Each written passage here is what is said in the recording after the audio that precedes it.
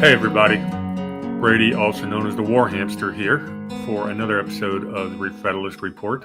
And joining me, as per usual, is my good friend, constitutional mentor, Mr. Constitution himself, Douglas V. Gibbs. Good to be here as always. Thanks for having me. And before we get started, a quick thoughts and prayers out to our friends in the Los Angeles area. I know a couple of people have had to be evacuated and have lost cell service, so hope everybody's well prepared and come down to this okay. I was talking to a friend a little bit last night. No power. Neighbors have evacuated. They haven't. We'll see what happens.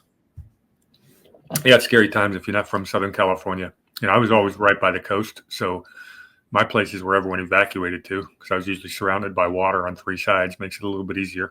But a lot of people live in these valleys, and they are definitely fire hazards. So. Yeah, no, I can recall when I lived down there one time, one of those fires got within a mile, and we were nervous. Yeah. But anyway, continue, please. Let's get into this. Well, today what we are going to do is the third and final episode of our review of the Articles of Confederation, the AOC, to make it. Wow. Yeah. I don't know if that's going to catch on. Well, it used to be a good acronym once upon a time. Yeah. Where we left off, we were talking about post offices, etc. Today, we're going to jump into, we're going to start talking about their version of a Coinage Act. And I will pull that up right now. We'll jump right in. Before we get going, you want to give for those who haven't caught the first two episodes, give a good 30, 60-second summary of what the Articles of Confederation are, why we're talking about them, and let's just set the stage. All right, sure. So the Articles of Confederation is a wartime document. The new union of states, Declaration of Independence, new country, all these states have decided they're going to come together as the United States, but they don't have a system that really completely binds them, a government that has in any structure yet. They're still independent states. And France is offering to help, but they want to make sure these guys are serious about what they're going about, what they're doing. And so in 1777, the Articles of Confederation is offered. It is approved by Congress, and it's offered to the states. And in it takes a while.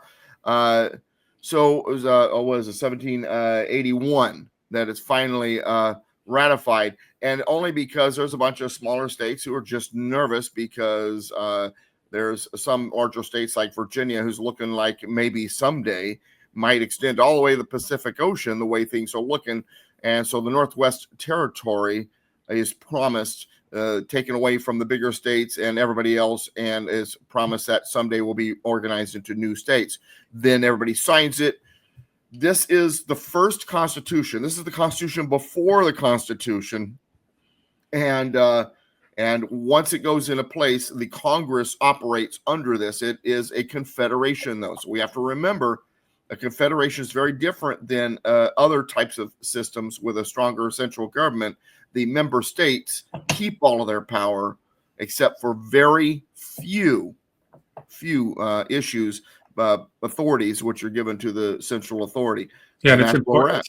It's important to note that each of these 13 independent sovereign states had their own constitutions. Also, yeah, absolutely. And they looked at not all of them. Connecticut was still under the Fundamental Orders of Connecticut, but yeah, for the most part, they. And it's funny, there were the differences, and we should spend some time going through the differences of all the state constitutions. I mean, that's almost a year's worth of shows, but it's important to notice some of the differences. The similarities are important, but the differences are even more. And these Articles of Confederation, and then we followed up the Constitution, was almost come out sort of like a combination of the best ideas of each of these different lab experiments that we call the states. And that's really where that concept came from, that it's a giant laboratory. So let's jump into where we left off. And it's going to be right here. Is that big enough to read? We'd blow up a little bit. If someone has it on full screen, definitely. But if they don't, that might be a little tough. Okay, we're starting right here. The United States in Congress assembled, which is how all of these paragraphs begin. And it's what they're saying. The United States, which is these 13 United States, are making rules when Congress is assembled. shall also have the sole and exclusive right and power of regulating the alloy and value of coins struck by their own authority. Stop right there. What are they saying here, Doug? All right, so what it's saying is that the union will be able to strike coin, but notice the term, their authority, by their authority. In other words, while there can be a singular coin, it can only be approved by all the states. The plural is there. This is a interesting thing that's going on here, because two things are going on. Number one, it doesn't at the time disallow, if I remember properly, the states are making their own coin, and two, it requires all the states to approve the coin. And if it's when that means the value of it as well, and how is circulated and all of that, and unanimous approval is hard to come by. So let me give you some further background on that. And this is going to, I guess this is going to apply to most of the rest of this whole paragraph, but I'll give the whole background. Okay. So we're sitting here, and we've been a couple of years into the war. We have no idea how long it's going to last. And the states got to figure out how to pay for the war. And by the way, they're out of money. Yeah, absolutely. Well, who are they going to get their money from? Right. The Dutch have helped here and there, but that went fast. Yeah, so they were using international coins when they could, and they really didn't have a whole lot of minting infrastructure in any of the states. Well, you got to remember all the gold and silvers in Europe. Also, and right at the time, money is based on gold and silver, period, and they don't have much gold and silver on top of all that. So what they decided to do, for the most part, to finance this is issue paper money, which was called the Continental Dollar, and each state would be apportioned some of that would be due eventually. Mm-hmm. Well, there's a difference. You say the dollar originally, the U.S. dollar that we know and love was once upon a time, redeemable in gold. It is no longer, and that is now what's called a fiat currency. What they did back then is what they were issuing the paper money then was more like a zero coupon bond. And what's a bond? A bond is a loan, which means you lend me X amount of dollars today, and I'll pay you back that amount in someday in the future, say 5 or 10 years, and for the that you get interest rate. So in many ways, you say it was a promissory note. Exactly. A zero coupon bond says I give you $10 today, and in 10 years' time I pay you back $15, but I don't have to pay any interest in the meantime. And that's really what the Continental Dollar was, is a zero coupon bond. Now I'm going to throw up a quick fun little chart. Oops, got to find it real quick. There we go. Start that over. Now, this is where the term bills of credit came from, where he's, while he's looking for this, what the Continental was from their terminology, was a bill of credit, which is basically a promissory note. It's a lending device. Or a debt device. Anyway, go ahead. What you'd see here is, they didn't want to have to pay it all back at once. They didn't know how long the war was going to last. Right. But they realized afterwards, all the states would be, assigned a certain amount based on their population of white property owners, which is how they determined population back then. And if you look at this one, this is a note issued in 1775, and it would have 4 different redemption dates: 79, 80, 1781, and 1782. Now, here's what gets interesting. And then you have another one that's going to mature in 83 through 86. If I'm going to give you your $10 back, Doug, in 1779, it's worth a certain amount to you. But if you have to wait till 1782, is it worth more or less? It's worth less because you had to wait longer. So what would have happened is these Continental dollars with different maturity dates, the newer ones, the ones with less maturity, would be worth more, and the older ones would be worth less. Now, this would turn into a really fascinating conversation once the Constitution was passed and Alexander Hamilton gets involved. But We know that. And it also creates a real problem. Also, when it came to the redeemability, because of this, nobody was taking them. No, and they were using other things to trade. Corn, wheat, tobacco. There's all kinds of issues when you travel. You can't carry a barrel of tobacco with you all over the place. So this was a major obstacle. Now, as bad as this as bad as this was, the later they printed the money, also the less worth it became, also because the America went into deeper debt. But anyway, continue. Yeah, we would not get into we wouldn't really start issuing coin until the Coinage Act of 1792. And it's kind of funny when I was doing the homework for this. Some of the original currencies, we had the half cent, the large cent, the early dollar, the early half dollar, the $5 gold piece, the $10 gold piece, what was called a bust quarter, and a bust dime. I thought this was pretty interesting. And those dimes, by the way, had to be made of silver, but we didn't have any silver. And so there's a story out there that the early dimes were created largely from Martha Washington's silverware set. But then again, I'm heading into the future there, so go ahead. Well, there's some truth to the narrative that a lot of wealthy people financed the revolution, and some of them are among the founding fathers. And there's some great stories about people like Robert Morris, who financed a big chunk of it, and also financed Alexander Hamilton's career. Morris would end up dying penniless on the streets. So it's a fascinating story, the finances of the revolution. Jumping back into the articles.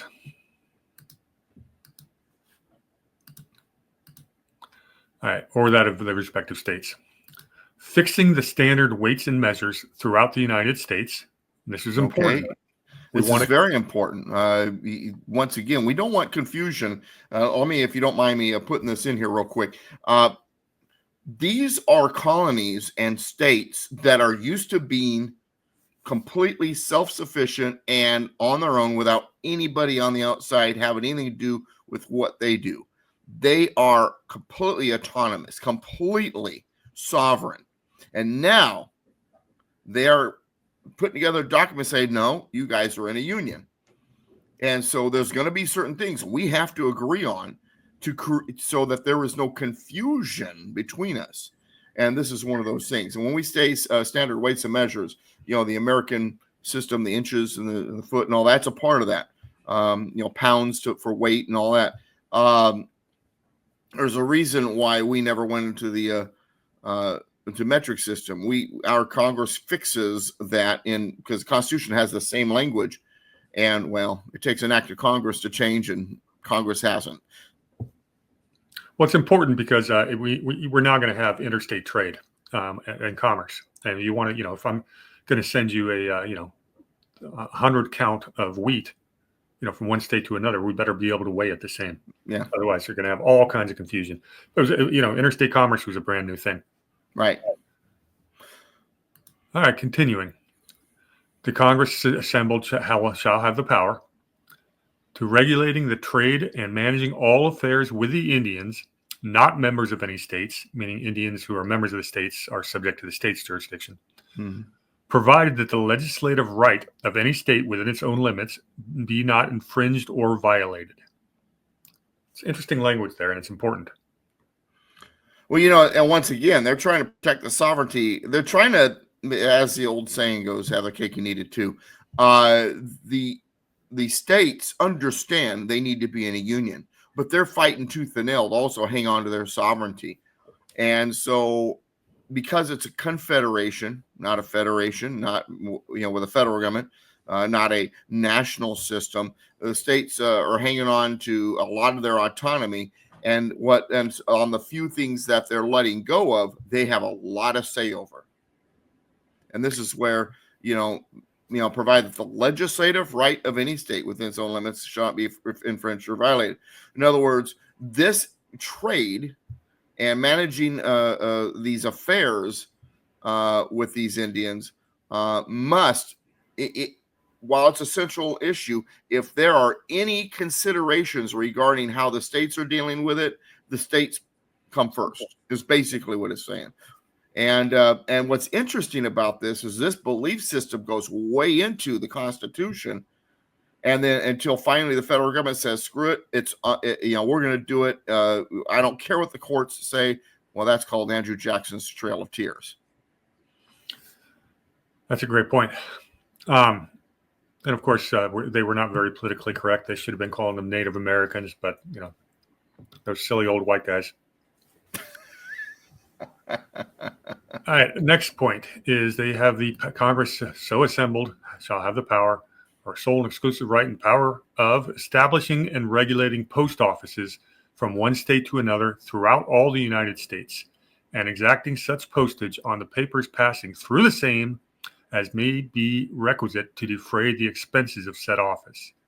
A couple of important points here. Now, real quick, let's read that first part. To establish and regulate post offices. Now, how is that different from what the Constitution says? Constitution only says establish, but now the Constitution also adds something: post roads. Yes. Now, and note here, as with the Constitution, it talks about establishing, and here regulating. It even talks about being involved with what the postage is going to be and all of that. But it doesn't necessarily say that the federal government is going to man or maintain those offices. Yeah, the word regulating is doing a lot of work here. So, and that's open to interpretation. We're not going to do that today. Doug does a wonderful breakdown of what regulate really means. Simple version means to put in good order. Mm-hmm. In this particular case, I think they're using one of the lower definitions. The other interesting, what I wanted to have you comment on is, why do you think they changed that in the Constitution and gave the postal authority, made it a lesser postal authority to the federal government? What did they learn in the meantime? Well, actually, they learned two things. First of all, they realized that a central government getting involved inside the states may be dangerous, but at the same time, the post is something that's necessary for a union because back then they didn't have anything for communications between the states other than the post. The post is crossing state lines. The post is something that's good for the union.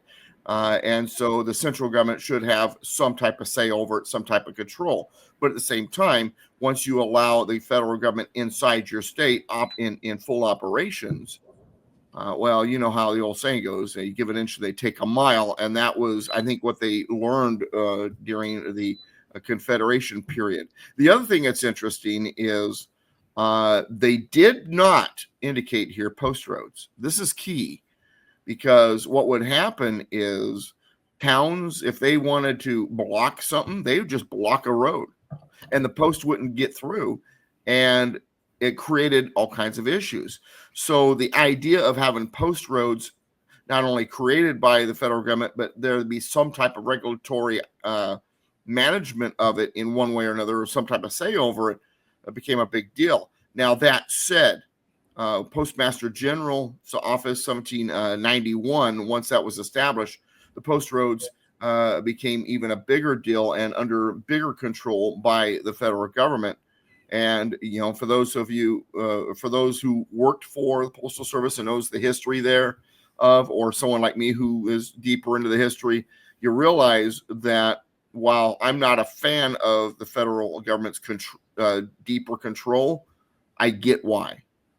Once again, the interference with the post roads, interference with the post getting through, sometimes because of corporations battling over information being moved, has created problems, and now it is a big time offense to interfere with the movement of the post. This is once again, though, for the betterment of the union. So that's the reason why the central government has this kind of say over it. You mean it wasn't just to help Amazon offset its costs? Yeah. Second part of the sentence is important. Is they talk about exacting such postage on the papers passing through the same as may be requisite to defray the expenses of said office. If only the current post office actually defrayed its expenses, but they didn't have pension plans and benefits back then. Well, that's one point, and the other point is, could you imagine if the postage from one state is higher than another. So they get to the state line. So wait a second, there's not enough postage here in our state.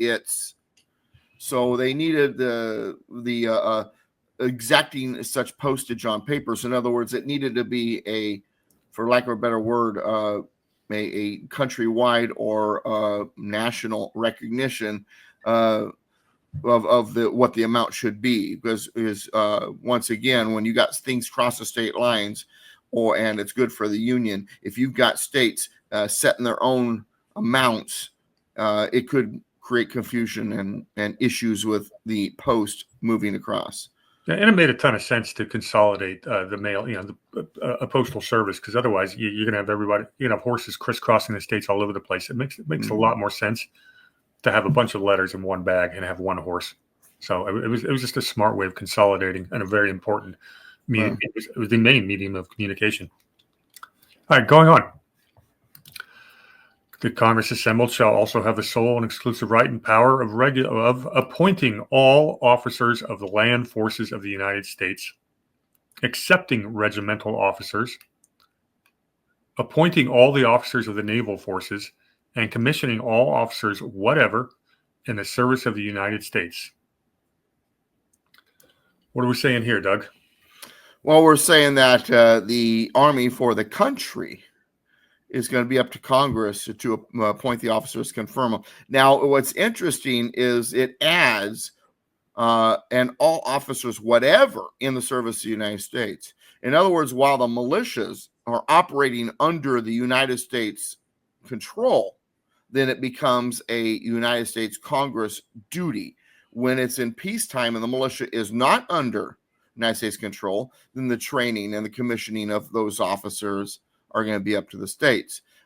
This kind of changes a little bit in the Constitution, where the appointment of the officers, regardless for the militias, comes under the states later.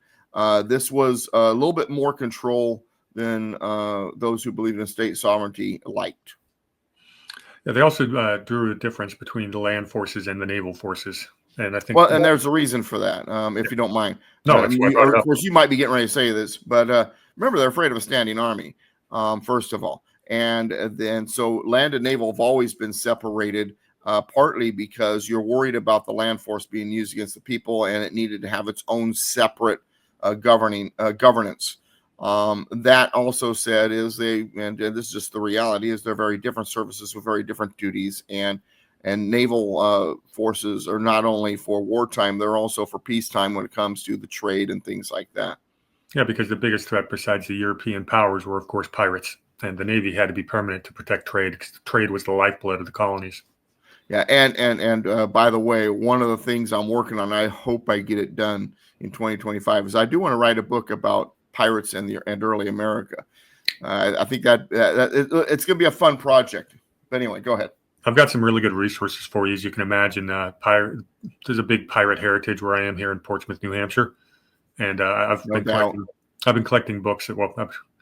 My mother-in-law to be has been giving me a lot of pirate books, so I've got some pretty good resources on the topic. Oh boy, we need to talk, because, like I said, I haven't started this project yet, but pirates in the early America is one that I want to work on. Okay, very good. Well, we'll give you a pirate tour when you come visit. There's some pretty good historical sites here. All right, the last part of this paragraph: making rules for the government and regulation of the said land and naval forces and directing their operations. Not much there that we haven't already said. Yeah, well, it's basically saying that the states are not going to have control over the rules when it comes to land naval forces. Because here's what was happening early on in the American Revolution, something they were learning, is that when it came to the militias and even some of the early Continental Army units, the state legislatures, leadership was saying, we're not going to send our troops there. Screw you. Send somebody else. And they've realized that while they feared too much central authority, when it came to a military, you need central authority. Now, fortunately for them, George Washington figured out how to be a central authority, and kind of did what needed to be done, and was convincing enough to get what needed to be done under his authority. But by the time this thing was being written, and you got to realize when it's written, we're 2 years into the war, 1777.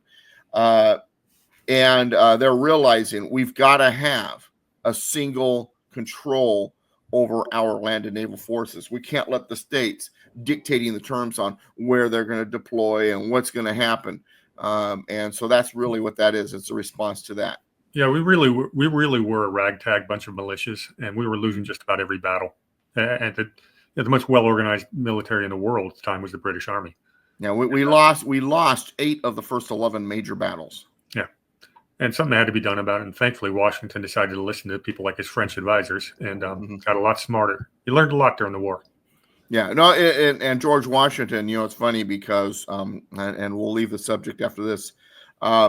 He's made out by historians to be this great military mind. Actually, he wasn't at first. But he learned on the go, so to speak, and he did learn. He did become a better leader, and he did become a good general. But he didn't go in that way. No. He definitely, the war was his version of the School of Hard Knocks, and he had to fail a lot before he started figuring things out. To his credit, he did figure it out, and did get a lot of help from guys like Lafayette and French advisors and German at Valley Forge with the training and so on and so forth. And he did become a better military mastermind. No, definitely, and especially not going in. It's funny you mentioned Lafayette. I wrote my 7th grade hero paper on the Marquis de Lafayette, so I knew a lot about him as a kid. Lafayette Street's one of the major streets going through this town. Right around the corner from me is Hancock Street. I mean, there's all kinds of Revolutionary War history just right outside my door. So the dude was a kid when he came here as a general, man. It was what was he, 17 or something like that? It's pretty amazing. I mean, the guy, if we could do a whole show on Lafayette, that guy's got an amazing history. Brilliant mind. If there was a brilliant military mind of the time, he's the one. Okay, jumping back into the next paragraph. Okay. This is going to be a long one. I'm going to go. Now, I want you to notice something, by the way, folks, as you look at this. Notice how United States is spelled. The word United, while the name of the country is United States and a capital U as a pronoun of the name United States was being used, when being referred to, they weren't capital U United States. The states was the emphasis. United was just, what had to be. But it was not something that was necessarily preferred yet. They understood that they needed to be united, but they didn't like the idea of a strong central government or a quote unquote nation existing as much as states that are united for a common cause. And so just pay attention to that. You'll notice that in the Declaration of Independence too. Not only in the beginning of the Declaration of Independence is the word united not capitalized. If you look at it, the word united is super small compared to the word states. And it's done that way on purpose. That was the attitude of the time. Excellent. The United States, in Congress assembled, shall have authority to appoint a committee to sit in the recess of Congress to be denominated a committee of the states and to consist of one delegate from each state. What they're really saying here is Congress is not going to be in session year-round, but in the meantime, we can't have absolutely nothing going on. So each state should send one delegate to kind of handle the affairs of this new general government.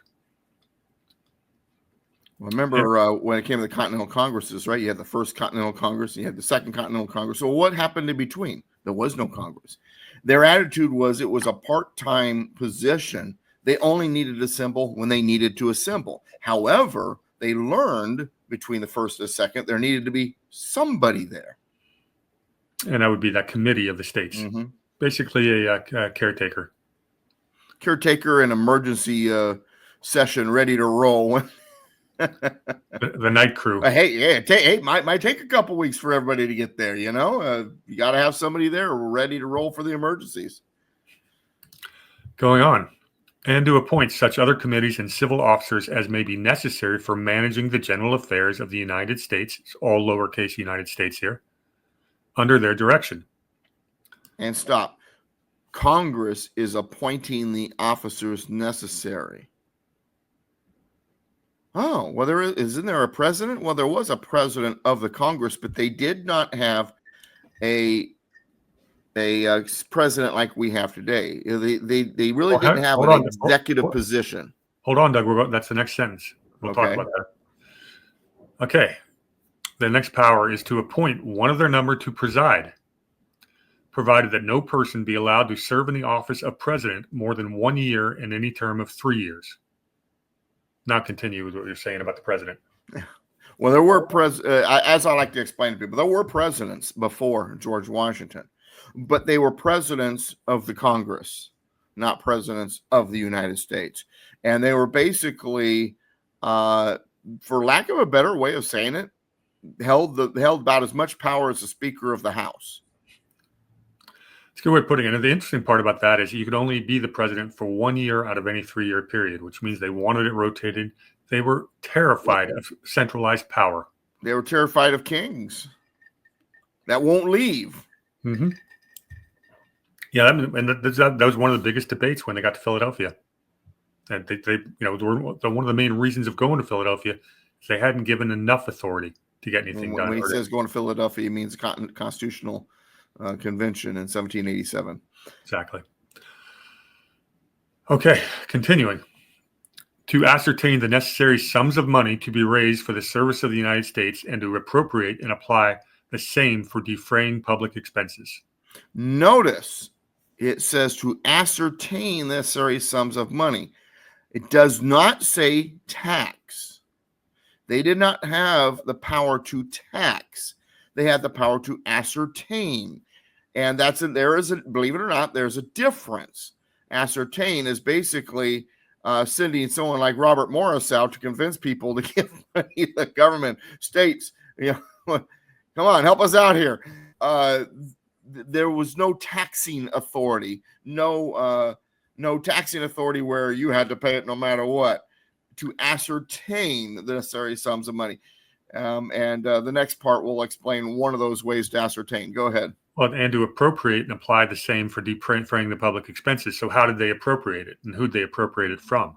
Well, and notice it is a live within your means and don't make a profit while you're at it. So you're going to pay for it as that expense comes up. You're not going to have necessarily a net above, but you're going to not go into debt per se. You're going to have to, and then the next part recognizes that. But it's a very tight economic idea here at this point. Yeah, let's go into that. So how did they do their debt? To borrow money or emit bills on the credit of the United States, transmitting... Okay, once again, emit bills on the credit of the United States. That's like bonds or the promissory notes of the Continentals, things like that. Go ahead. Transmitting every half year to the respective states an account of the sums of money so borrowed or emitted. Oh, you mean transparency? Yeah, they had to get audited twice a year. When was the last time the Federal Reserve was audited? Let's ask Ron Paul. Well, the answer to that, people, is never. Yeah, and that's why it's a problem. Anything else you want to add on this? Emitting the bills of credit, or we are kind of. Yeah, I've pretty much got that one down. Okay. Next power, to build and equip a navy. Hey, yeah, and it's funny because the Constitution is pretty much the same way. It doesn't spend much time on the Navy. It just says, we're going to have a Navy. That's it. Why? Because the Navy is not just wartime. It goes way beyond wartime. Because once again, it's for trade. What it says in the Constitution is to provide and maintain a Navy. Basically the same language, but a little bit different. And back then, it really was about basically commandeering a merchant ship and putting a bunch of cannons on it. That's how you equipped the Navy back then. Pretty much, yeah, pretty much. So we called it privateer. Conscription, letters of marque and reprisal were commonly used. Yeah, and John Hancock had a lot to do with that language as a guy with a bunch of ships that had been conscripted. Yeah.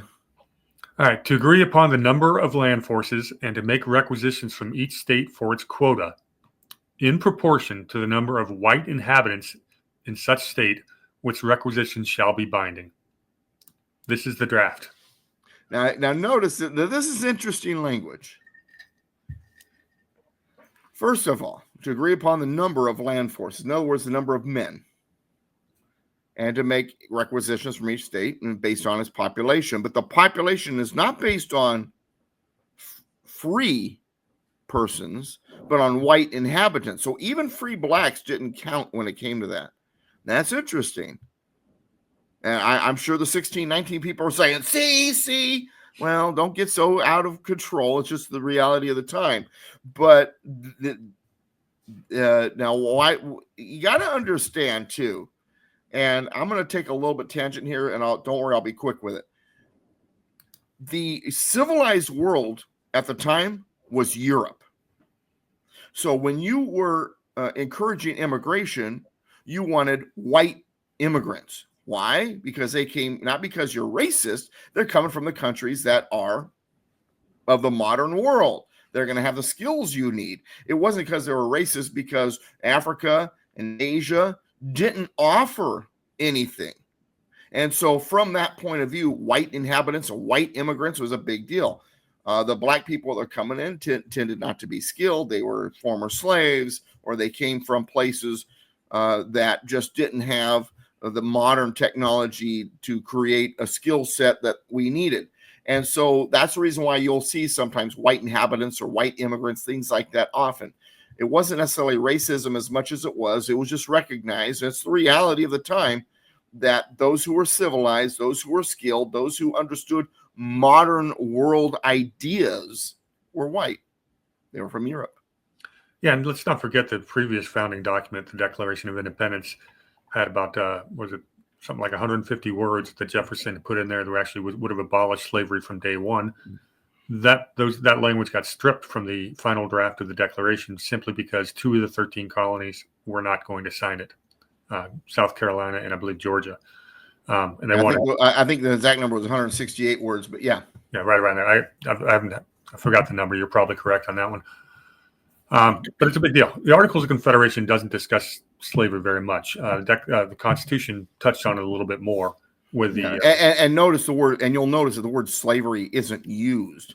In fact, the word slavery doesn't appear in the Constitution until the 13th Amendment, when the one that exists, not the original, to abolish it. Yeah, it was indentured service and a couple other. Persons under the service and things like that do labor thing. The term, and the reason why is, and this is an interesting reality, is the founders largely were abolitionists. Largely did not see these people as just mere property. And they believe that the word slavery did not give their personhood justice. So they didn't want to stomp all over their personhood. So they didn't want to use the word slavery. Interesting. All right, going back in.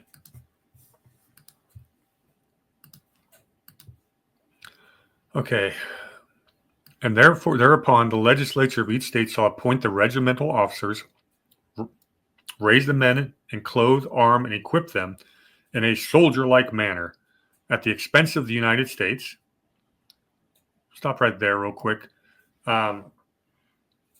Once Congress has made the requisition for the quota, the legislature then shall appoint the regimental officers, which was mentioned above, and then go out and collect their own men from their own state, clothe them and arm them in a, I love that, soldier-like manner, and at the expense of the United States. Yeah, well, the militias didn't look soldier-like. They didn't operate soldier-like. They were a bunch of volunteers in their farmers' clothes with their own homemade rifle that if it jammed, everybody was screwed. So, once again, they realized when it came to the military, central power was important, first of all. Second of all, I was going to quip, but this is really the proper term, a well-regulated fighting force. That's what they're saying here. You've heard of well-regulated militia from the Second Amendment. Well, this isn't the militia. This is the Continental Army. This is the Army of the Union. So it's a well-regulated fighting force for the Union, or well-regulated army is what they're saying here. Well-regulated meaning that it's in good order, it's properly equipped, they're properly clothed, they have a proper military bearing, and so on and so forth. Excellent. And the officers of the men so clothed, armed, and equipped shall march to the place appointed, and with the time agreed upon by the United States, in Congress assembled. I'll go on. Once again, there was a problem early on in the war where the states are saying, we're not deploying our militia there. Forget you. This is saying, oh, yes, we are. If Congress says we're deploying those men, they're deploying. Excellent. That's a good point. Again, the word ragtag militia really does apply to the early stages of the revolution.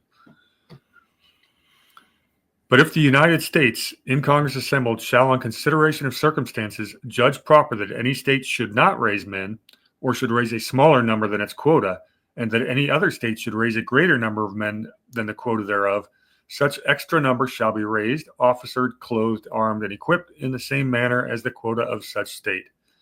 Unless the legislature of such state shall judge that such extra number cannot be safely spared out of the same, in which case that shall raise I'll stop there. Stop right there for a second. Yeah. So what it's saying is sometimes, due to different circumstances, a state just can't pull it off, and so it's up to Congress to be reasonable about it, to take into consideration, as sometimes there are circumstances that make it so that a state may not be able to provide all the men necessary. But one idea that comes to mind is maybe in certain more heavily agricultured states, that's exactly right. It's harvesting time. That's exactly what I was going to say. I looked into this. That was the whole root behind that. It was a southern state suggestion. The northern states balked at it, but it made a lot of sense. So you really have. What's interesting about that is, a lot of the war took place in the north, mm-hmm. and you had some pretty harsh winters. And part of the reason for that is, you can move troops more easily in winter, but being on your home turf, the Americans had an advantage of the Brits, who were fighting, across the pond from their homes. So they had to worry about supply lines, dealing with a harsh winter weather. So the Americans like to attack in the winter. But the other reason for that is that they didn't have as many men in the summertime. The Americans didn't, because they were sending some people home for the harvest, because you had to be able to feed all these troops, and you had to be able to feed the country.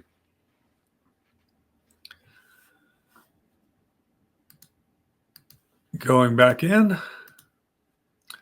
which case they shall raise, officer, and clothe, arm, and equip as many of such extra number as they can judge be safely spared. The other thing this is doing, Doug, is it's giving the states the ability to say, okay, yeah, you've basically requisitioned a bunch of our men, but we can also say no. Mm-hmm. We can't spare that many. And once again, state sovereignty is still king here. And the last part is, and the officers and men so clothed, armed, and equipped shall march to the place appointed and within the time agreed upon by the United States in Congress assembled. Once again, while the states can have some leeway here when it comes to the deployment, it's up to Congress. We didn't. One of the biggest problems early in the war, once again, was that General Washington and Congress wanted certain troop movements, and the states are saying no, and so they had to quell that really fast. Very good. All right, this next section they fit a whole lot of concept into a bit. So I'm just going to go through the first long sentence, and we'll do the whole thing. Mm-hmm. United States in Congress assembled shall never engage in a war, nor grant letters of marque and reprisal in time of peace, nor enter into any treaties or alliances, nor coin money, nor regulate the value thereof, nor ascertain the sums and expenses necessary but for the defense and welfare of the United States or any of them, nor remit bills, nor borrow money on the credit of the United States, nor appropriate money, nor agree upon the number of vessels of war to be built or purchased, or the number of land or sea forces to be raised, nor appoint a commander-in-chief of the army or navy unless 9 states assent to the same. Stop right there. There's a lot to unwind. All right. Now, a lot of this wasn't being adhered to. We got the Continentals. A lot of the states still maintain their own currency.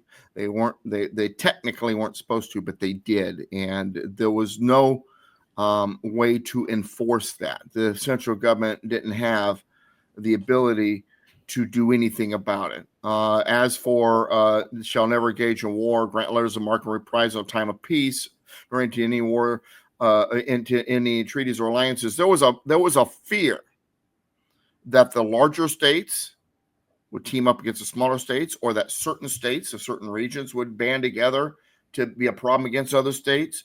And so they wanted to quell that before it happened. They wanted to make sure that the states weren't teaming up against other states. They wanted to make sure that as a country, the states were operating as while independent and autonomous. They weren't ganging up. They're still a part of this union, and they're going to respect that union. Anything you want to add to that part?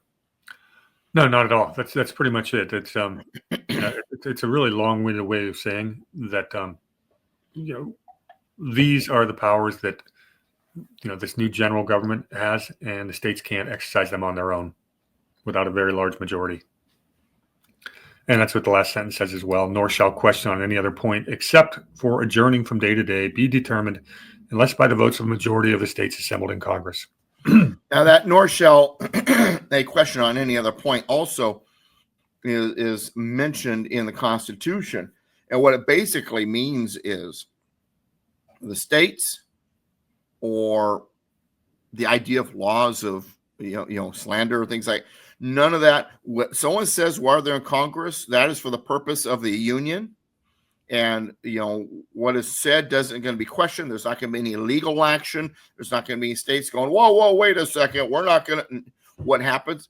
I guess it's what Vegas says now. Back then, what happens in Congress stays in Congress. Next paragraph is going to talk about that a little bit more. What's the transparency of the time? Excuse me. The Congress of the United States shall have power to adjourn to any time within the year and to place into any place within the United States. That got changed by the Constitution, by the way. Yeah, the Congress could assemble anywhere back then. Well, it was kind of necessary when suddenly your place of meeting is attacked, and suddenly you go from New York to Philadelphia, and Philadelphia to Annapolis, and so on and so forth. So, yeah, especially considering these people are all guilty of treason. There is that. They were wanted men. So that no period. Doug loves this next sentence. So that no period of adjournment shall be for a longer duration than a space of 6 months. Go ahead. Man, it's a part-time legislature, man. Exactly. It's not a full-time job. Now, and this, and here's the issue. I want to bring this up because this is an issue today. We are frustrated and sick of these full-time Congress critters who this is their career. This is what they do. They don't even know how to do anything else. And they don't go away. The problem is then we think that the solution is term limits. And I agree, they shouldn't be there for 20, 30, 40, 50 years. But on the same token, I think term limits, and we've seen it in action in California, is not the way to go. Because we are dealing with something they weren't dealing with back then. A hard left, progressive, lefty kind of, and when I say that, I don't just mean Democrat. There's an awful large number of GOPers that fit into that. But largely the Democratic Party, where it's a hive mind. And so if you have term limits, you replace one hive mind with another one. They don't have term limits because they think exactly the same. They operate for the purpose of the party. Meanwhile, your true GOPers are more independent minded. And so what happens is the left takes control, as they did in California with term limits. When term limits went into place in California, it got worse. We have to make sure that these people are limited in their term, but not by term limits, but by the vote. And so that's the reason why I believe what should be enacted rather than term limits on something like the House of Representatives is the ability to recall members. Well, that's an interesting concept. That goes back to our conversation about the 17th Amendment and Reynolds v. Sims.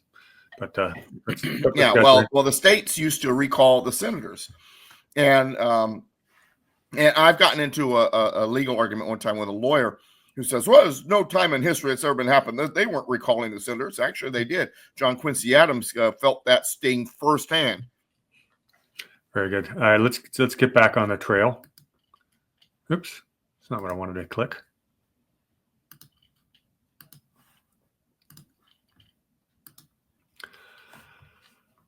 So these guys had to meet every at least once every 6 months. And they had to drag them in kicking and screaming. We don't want to go. Here's the transparency for you.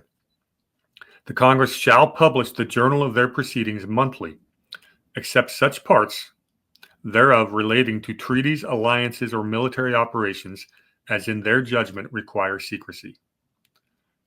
Everything you do is part of the public record, unless it's, has to do with our international affairs. Now, one of the things they learned was that doing it monthly was a tough task. And it created a bureaucracy that would have to make sure it happened. So they changed it in the Constitution from time to time, meaning when they can. And the reason they did that is there are times when you're less busy with legislation and you got time to do that, to put it all together and get it published. So there is a little bit of a difference between this document and the Constitution there. But yeah, transparency is a big deal. And when they say published, in other words, it's going out to the people. It's available to be seen, read, and so forth. All right, continuing. Guess we're not going to get done today, but that's okay. And the yeas and nays of the delegates of each state on any question shall be entered into the journal when it is desired by any delegate. This is where the roll call vote came from. They changed that to 1/5. It used to be when it is desired by any delegate, and they realized that sometimes people go rogue, and so they realized they still wanted it to be easy that the yeas and nays go out there, but they wanted to make sure that it's the opposite. That they changed it, number one, to 1/5, and number two, so that's still easy to make sure it's printed. But at the same time, they made it harder in the sense that if more than it didn't just take one, but 1/5 is still an easy number to reach. If you've got more than a fifth of the people saying we don't need the yeas and nays being published on that, then it needed to remain secret for whatever reasons. But once again, that got changed from one person to 1/5 with the Constitution. Very good. And the delegates of a state or any of them at his or her request shall be furnished with a transcript of said journal, except such parts as are above accepted, to lay before the legislatures of the several states. That's pretty much what you said. Right. Doug, I think if we push this to a 90-minute recording, we can get through the whole thing, because I really want to get to the next couple articles. They're timely. Let's do it. We'll be so close to the end that we'll just do that. Well, I'm sure the audience, if they've hung with us this long, they're willing to go a little bit further. Well, yeah, because Article 11, we talk about Canada, so let's get to it. Article 10, the committees of the states or any 9 of them shall be notice the number 9. This is the second time you've seen it, right, in today's episode. What is 9? It is 3/4. More than 2/3. More than 2/3, and it's close to 3/4. It's one short of 3/4. It's more than a plurality is the important part. Yeah. The committee of the states or any 9 of them shall be authorized to execute in the recess of Congress such powers of Congress of the United States as Congress assembled by the consent of 9 states shall from time to time think expedient to vest them with. What are we saying here? If we can't all the way assemble, you get 9 of us together, you can still act like we are. Yeah. Hey, there's certain reasons for certain states not being able to get there in time or something like that. Georgia's a long way away. Yeah, there might have been a war going on too. Yeah, there is that. Certain delegates might be in hiding. Or we're fighting in a war. Or fighting. Well, in the case of Hancock and Patrick Henry, it was a lot of hiding, but and fighting for Patrick Henry. But Hancock, it was an awful lot of hiding. They wanted his head on a platter. But anyway, go ahead. After that big signature, 6 inches high, Yeah. that was one of he was giving the finger to the king like no other, and he had reason to. For those who don't know, Hancock was not really pro-revolution until the British started confiscating all his ships and then his big house in Boston. He became a patriot really fast when they took all his stuff. Yeah, it's like the old joke goes, you can call my wife names, you can call me names, you can pick on my dogs and slap her on my children. You touch my money, we're in for a fight. But anyway, all right. All right. This was limited, provided that no power be delegated to said committee, for the exercise of which, by the Articles of Confederation, the voice of 9 states in the Congress of the United States assembled is requisite. Meaning, if there's something where you had to get over 2/3 of a vote, this small committee cannot do it. You need to get at least you have to be fully assembled to make some decisions. Right. And there's a number of powers that are listed above where you had to have a 9 out of 13. Anything else on that? No, that's exactly right. Okay, I wanted to get to Article 11 because, Donald Trump talking about Canada becoming the 51st state. This is kind of interesting historical. Now he doesn't mean military invasion, people. Article 11. Canada, acceding to this confederation and joining in the measures of the United States, shall be admitted into and entitled to all the advantages of this union. But no other colony shall be admitted into the same unless such admission be agreed to by 9 states. All right, so there's some background to this. In 1775 and 1776, Benjamin Franklin spent some time in Canada trying to convince our northern neighbors to join our fight against the British. Obviously, that didn't happen. The question is why. Well, the British governor at the time ended up bribing most of the landowners of Canada and it said, stick with us, you're going to be fine, we're going to win the war. You do not want to play this game. And he greased their palms pretty well. That's the short version of it. I'll let Doug elaborate.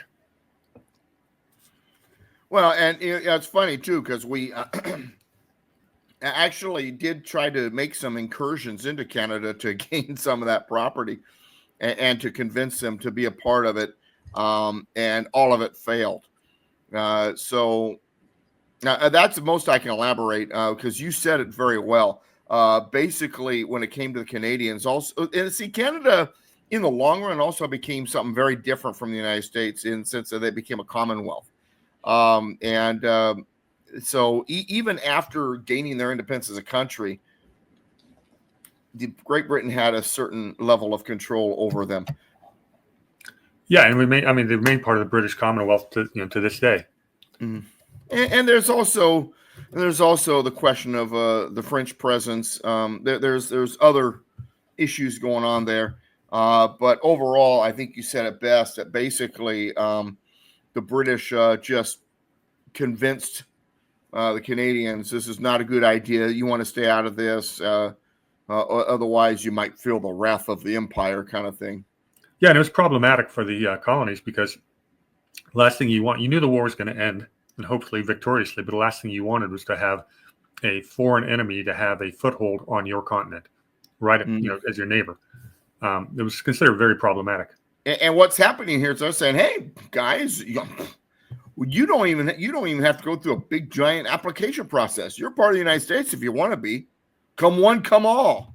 And every other offer, and any other colony wanted to join. We got to vote on that. But Canada, anytime you want, open door policy. That's what Donald Trump's saying to this day. Come on, join us. You can be the 51st.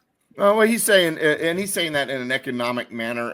And here's the thing, and this also comes to mind: Benjamin Franklin and Hamilton, especially, but a lot of these founding fathers, but Benjamin Franklin in particular, voiced it the most. Is they saw America as a change. That possible changing of from the old guard, this new idea of liberty is going to catch fire, and that America is going to be a great empire, not by conquest, but because everybody's going to love it so much, they're going to want to be a part of this. They're going to emulate it and maybe even want to become part of the United States. And there were actually ruminations that it was possible that countries from overseas might be admitted as states to the Union.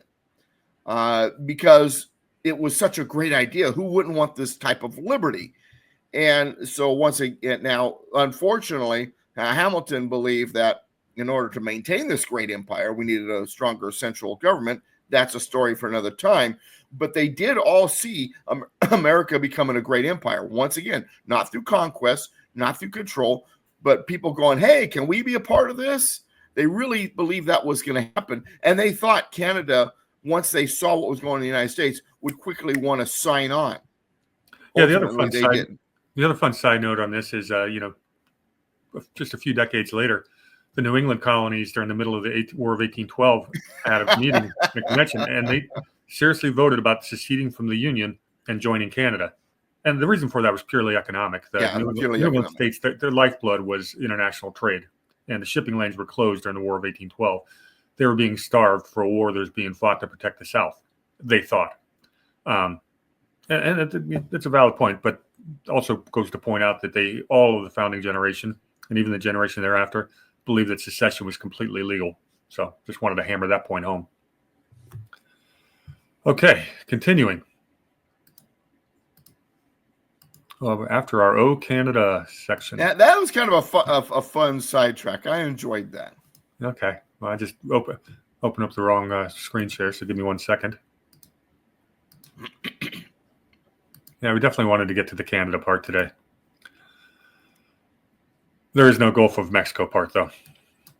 Article 12. Let me say this real quick.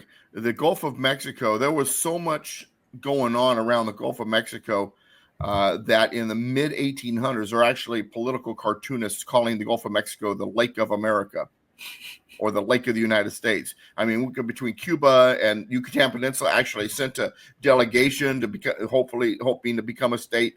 It's fascinating stuff. But anyway, continue, please. Yeah, that just would have brought the Spanish-American War fast forwarded a century. Yeah. Article 12. All bills of credit emitted, monies borrowed, and debts contracted by or under the authority of Congress before the assembling of the United States in pursuance of the present Confederation shall be deemed and considered as a charge against the United States for payment and satisfaction whereof the said United States and the public faith are hereby solemnly pledged. We're a union now. What they're saying here, they're saying, go ahead, Doug. I'm sorry I interrupted you. Oh, no, go ahead. What they're saying is that each of the states individually and collectively guarantee the debts that the United States, as represented by Congress, has issued. We're a union now. Yep. You're going to work together. We're going to pay this together. And, it's funny because once the United States was under the Constitution, Alexander Hamilton would argue that perpetual debt was good for the country, since the states were all basically a part of that debt contracted. That, in other words, they are due their part of it. It would ensure that the Union would hold together if there was perpetual debt, because secession was totally legal. Excellent. And there was talk about just being a monetary union after the war. Mm-hmm. That was not going to work. You had to have a political union as well. There was a lot of discussion about that at the time. Mm-hmm. Article 13. Each state shall abide by the determination of the United States in Congress assembled on all questions which by this confederation are submitted to them. Stop there. We are a union now, once again, first of all. And this central government, while it's not a strong central government, it has some say. And once that is determined, once something is established, you're going to abide by it. Yeah. Our decisions, the ones that we're allowed to make, the ones that are enumerated powers, are binding. And the articles of this confederation shall be inviolably observed by every state, and the union shall be perpetual. Stop. So now the word perpetual is also in the title of this document. It's not just the Articles of Confederation and of the perpetual union.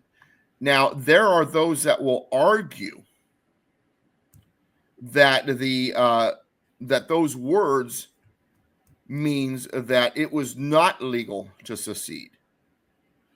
Perpetual was the hope, not the you must be perpetual. It's still a voluntary union. And so we have to understand that. And the reason why I bring that up is when you get into these discussions with persons who believe that secession is illegal, these Lincolnian-minded people, for those of you who know what I mean by that, they'll use this argument. Perpetual union. See, the founding fathers said that the secession wasn't legal because they said it was a perpetual union. They wanted it to be a perpetual union. They wanted to make sure that it would remain perpetual and that it shall be perpetual. But that did not mean that it was not voluntary, that you were binded into the union and could not escape, that somehow it was the Hotel California you can check out anytime you like, but you can never leave. No, this is secession was legal. But this is a hope that this is a perpetual union. Go ahead. Sorry about that. No, it's good. No, it's good. There's a couple other points I wanted to make. Is you'll notice that the word perpetual didn't make it to the Constitution. No, it does not appear there. For exactly, well, for one of the reasons, exactly what I just said. Yeah, and one of the things a lot of the people, you hear some objections, a lot of them from the libertarian corners of the world, is that the Constitution of the United States was illegal because the Articles of Confederation were the ruling document. It was considered to be perpetual. They had no right to make changes, or they had the right to make changes, but had no right to abolish the Articles. Well, and remember, if from our earlier readings, that amendment to this document required all states, unanimous, and the argument is because Rhode Island wasn't at the Constitutional Convention, it wasn't unanimous. They can meet all they want. The unanimous was the ratification. Yeah, that's correct. And a sovereign state had every right to say, "I discard this union. I'm going to join this." And the Constitution didn't go into effect. You had not created a new nation when they left Philadelphia. It had to go through 2 years of a long, hard ratification fight, state by state. Nor shall any alteration at any time hereafter be made in any of them, unless such alteration be agreed to in a Congress of the United States and be afterwards confirmed by the legislatures of every state. What we just said. Every state amendment process, every state. And you know what? Rhode Island convinced them that every state was not a good idea. So that's why they changed it to 3/4 ratification in the Constitution. Well, Rhode Island gave us something after all. Yeah. Well, I tell everybody that Rhode Island was the problem child of the time and refused to participate in a lot of stuff because you got to remember Rhode Island was created on the idea that we're not like nobody else. Everybody else had established religions. Everybody else is welcome here kind of attitude. And that and Rhode Island, even as a colony, originally wasn't even approved. It wasn't a valid colony. It was basically an escapee of someone who was escaping being jailed, basically, creating his own colony. And then later on, they accepted it as a colony. And in fact, when the New England Pact was made by the colonies early on, Rhode Island wasn't included in that. That's one I did not know that factoid. Yeah. The fact that they're called a part of New England now, originally they were not a part of New England. New England was the New England states of today, minus Rhode Island, or should I say the region? But anyway, all right, go ahead. A little snapshot. This last paragraph is full of some very colorful language. Stop me wherever, because it's a big run on colorful language. That is beautiful. And whereas it hath pleased the great governor of the world to incline the hearts of the legislatures. The great governor of the world. Who would that be? Oh, God. These are God-fearing folks, people. But, it's funny because, I'm a lot of people, I have been, this is a speculation on my point. I haven't found hard evidence of this yet. But based on the language in letters by Washington people, and other people, when it came to God, a lot of the founders held the idea that Jews hold, is that God's name is so holy, you don't say the name, you don't print the name. You'll even notice sometimes with some Jewish writers, they'll put capital G hyphen D. You don't say it's too holy, you don't say God. And so what you'll notice in these founding documents is a lot of ways to say God without saying God. Father of lights, great governor of the world, creator. But you don't see the word God. God, the word G-O-D is not in the documents, but God is throughout them. And this is a great example. But anyway, continue. Didn't we get so help me God on the oath of office? This is true. But actually, that's not there either in the Constitution. That was added verbally by Washington and became tradition. So even that is not in the original documents. Excellent. All right, starting this again. And whereas it hath pleased the great governor of the world to incline the hearts of the legislatures we respectively represent in Congress, to approve of and to authorize us to ratify the said Articles of Confederation and Perpetual Union, know ye that we, the undersigned delegates, by virtue of the power and authority to us given for that purpose, do by these presents, in the name and in behalf of our respective constituents, fully and entirely ratify and confirm each and every of the said Articles of Confederation and Perpetual Union. Got anything to add before I continue? No, it's beautifully written, but it's basically says what it means. Yeah. You sent us here to do a job. We did it. Here it is. And we're all behind it. It's emphasizing that. We're all behind it. This is a joint effort, and we're all good with it. And the great governor of the world has given us his blessing. Yes. Do, ordain, and establish, as it says in the preamble. And all and singular the matters and things therein contained. I should have stopped there instead. And we do further solemnly plight and engage the faith of our respective constituents that they shall abide by the determinations of the United States in Congress assembled on all questions which by the said confederation, there's that word, are submitted to them. Submitted to the people. This is not thrust upon them.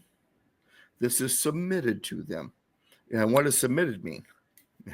It don't have to be approved. We'd like you to abide by the determinations of which are well, we'd like you to approve this too. We're submitting this to you. We'd like you to approve it. We're not saying you have to. But this is what we've got. But you know, it's a ratification. Anyway, continue. And that the articles thereof shall be inviolably observed by the states we respectively represent. And that the union shall be perpetual. Third time that word is used. In witness whereof we have heretofore set our hands in Congress, done at Philadelphia in the state of Pennsylvania, the 9th day of July, in the year of our Lord, 1778, and in the 3rd year of the independence of America. It was written in 1777 and approved by Congress. It was submitted to the states in 1778, and then it took a couple more years before it was finally ratified. Very good. That's a great closing sentence. And I think the whole document is actually pretty well written. Well, and that's the reason why the Anti-Federalists stuck with it. It was a well-written document, and it protected state sovereignty, yet established some type of central governing body.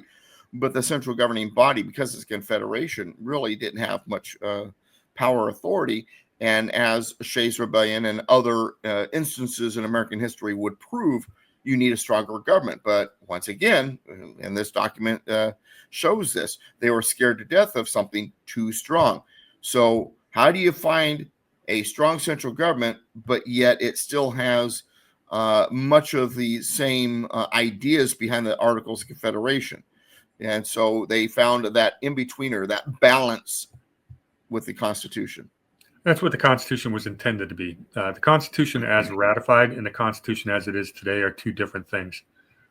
Even the nationalists, those who argued for a stronger central government, Hamilton being the most important one, when they were arguing for the ratification of the Constitution, they're saying, no, it doesn't do this. It doesn't do that. We don't have those powers. And then once it was ratified, they turned around and said, yes, it does. And that was the problem, is the Constitution as ratified versus the Constitution as enacted. And implied powers, judicial review, all kinds of wonderful other little concepts and ideas have ruined it. Restoration. When I tell people, I believe in the Constitution and restoring it, I tell everybody it's actually the impossible task. Within 2 years, it was already not being followed and was not fully operating as originally intended. So full restoration is impossible, but getting as close as we can to it is not impossible. And that's what I fight for. You'll find a lot of libertarians would love to go back to an Articles of Confederation as the ruling document. I've had some really good debates with my good friend Adam Kokesh on this. He's one of those that thinks that a Philadelphia Convention was illegal and they were usurping government power. And, he's right. They were doing something they weren't allowed to do, but the states are all sovereign, and then they all agreed to adopt it. It became legal. Mm-hmm. But at the time... Well, once again, it wasn't illegal to meet and to write it. It would have been illegal, though, to put it into action without approval from the states. Yeah. The Articles of Confederation don't have any stipulations for how it can be annulled. But like any it is a contract, just like the document. And once again, and it'll be argued by those who believe it was an illegal convention that the amendment, and by nullifying it, you are amending it, and therefore took every state. And my response once again is it did take every state. All of them ratified the Constitution. Yeah, and if they hadn't ratified, they would have not been subject to it. They could have kept their Articles of Confederation. They just would have been doing it alone. North Carolina and Rhode Island, which would your last two. England would have had a really good time with that one. We would have had. Well, that was fun. That's the third and final episode of the Articles of Confederation, and we hit on some good points. It really is a good predecessor to the Constitution. We're going to, I think it'll be next week, we're going to jump into the Confederate Constitution, and don't think we're being anti-America or anti-Constitution. The Confederate Constitution's got a lot of lessons to be learned. You have to remember that these people had almost 80 years of American history to learn from the Constitution. And they saw where some things could be improved upon, and they attempted to do it. As far as a pure governing document, it is in some ways better than the U.S. Constitution. And it's because of the hindsight's always 20/20. In many ways, it's a hybrid of the Constitution and the Articles of Confederation. Mm-hmm. Yeah, that's a really good way of putting it. Our good friend Ron Partain said he might join us next week for that one. Ron and I have been talking about the Confederate Constitution for quite some time, so he's done his reading on it. So that should be a very fun show. We'll do it next week. No way we get through that in one episode. There's a lot especially if there's three of us. Oh yeah. Bad enough I send us off on rabbit trails, and between me and Ron, you're in trouble. Yeah, well, I can't even keep myself on the trail, Doug. I'm gonna have to go get my Fisher Price fishing reel and just reel you guys back in for that one. Appreciate you coming on. Always a pleasure having you. Can you tell everybody where to find you, please? DouglasVGibbs.com. DouglasVGibbs.com. And at the time of the taping of this, funny I should say taping. That's an old term. I have my most recent article is titled Nation. Check it out. DouglasVGibbs.com. Go to the blog, or if you just want to go directly to the blog and bypass all the main page stuff, politicalpistachio.com. Politicalpistachio.com will get you there as well. And I have a number of books out there. Check them out. Find them on Amazon for now. Due to my own inaction, my store is still being worked on, but we'll get there. And down the road, that'll be available. But please check out my books. Check out the website. And if you would like to hear me talk about other things, political and constitutional combined, there's 2 radio programs. Constitution Radio on Saturdays from 1 to 3 Pacific, KMET 1490am.com. And then there is my San Diego area show on KCBQ and KPRZ. You can access those pages by the names, by those letters, kcbq.com and kprz.com, or you can just go to any of your podcast platforms and enter Mr. Constitution Hour by Douglas V. Gibbs. Mr. Constitution Hour by Douglas V. Gibbs, Saturday nights at 8 on KCBQ, 9 on KPRZ, and anytime on your podcast platform. Very good. If you saw me fidgeting a lot today, people, it's because it was 18 degrees outside last night. It is not much warmer today. I do not have central heating in my 200-year-old house, and I've got a little space heater there, which overheats, underheats, so I'm always fidgeting with it. So that's what that was all about. Obviously, you can find me on this channel on Rumble, War Hamster. You'll see, every Thursday, I'll be continuing my series on the Colonel's Corner with Colonel Connor Watkins. We are now on episode 5 of our series on secret societies. We're going deep into the skull and bones, basically investigating from an objective standpoint. Are these the hidden hand that rules the world? And you can judge that for yourself. But that's an excellent series. We're getting really good feedback. Looking forward to doing that again tomorrow. And I'll have it up on my channel as well. Doug, as always, it's a pleasure. Yeah, and I don't have central air either, but my wood-burning stove is just on the other side of my desk, so I'm good. Yeah, it's funny. We've got a chimney. We've got one of these old colonial houses. So it's got a chimney that's in the center of the place, and it spreads out to all the different rooms. Unfortunately, because this is a historical site, you've got to spend like $30,000 getting permits to open up the fireplaces to make them work. So they're purely decorative in almost all these houses. It costs a lot of money to actually get any heat here. So interesting. It is cold. All right, everybody. Thanks for watching. Cheers, Doug. Cheers.